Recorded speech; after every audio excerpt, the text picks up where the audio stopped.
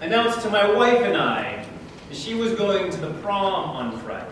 Now came the moment I had waited my entire life for, to strike fear into the heart of a teenage boy. Mr. Toastmaster, fellow former prom participants and guests, I recall a time in my young dating life when I had to face the tortures and tribulations of the parents of various paramours and prom dates and other pubescent rites of passage.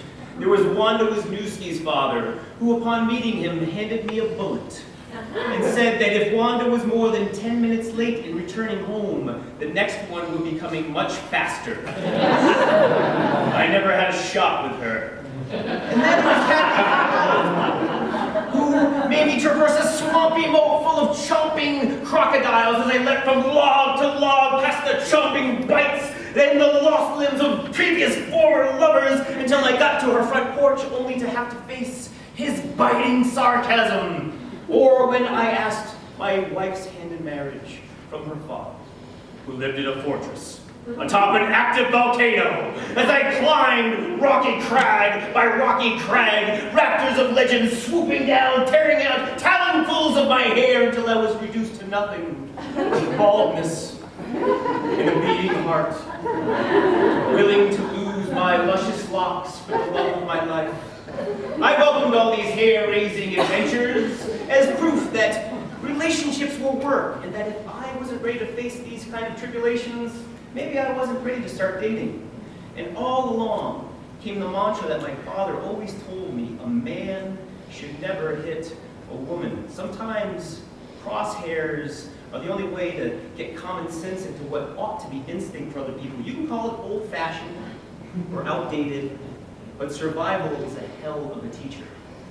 When my daughter was born, I knew that I had to start getting ready. So I honed my weapon-wielding skills, practicing sniping from various distances. I studied martial arts from Jiu-Jitsu to Gentile Jitsu. And I searched up all of the torture, enhanced interrogation techniques that I could dart Google on the dark web. I honed myself into a deadly weapon of daddy destruction.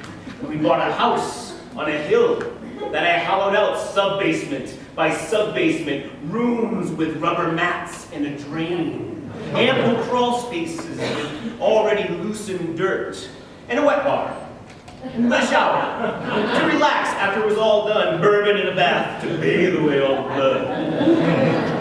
And when that Friday finally came, I was wringing my hands in anticipation as I went to the door and opened it, only to encounter the one eventuality I had not prepared for. My daughter's date, hand extended, saying, "Hello, my name is Mary. Is Jasmine ready to go to the prom?" My one loophole, all of my trapdoors and torture devices undone. Every mantra of a man should never hit a woman thrown back in my face, making me as powerless as Superman at a kryptonite collector's convention. My shoulders slumped.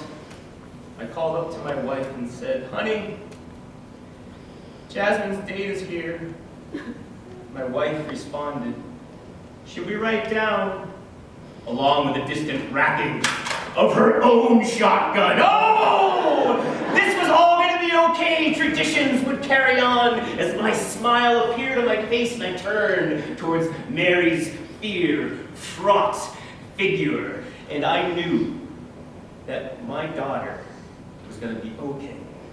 And I secretly hoped that one day she would find someone that so perfectly matched her sensibilities as I had, as I turned towards Mary and reached for the switch that powered our dungeon generators. I told Mary she'll be right down.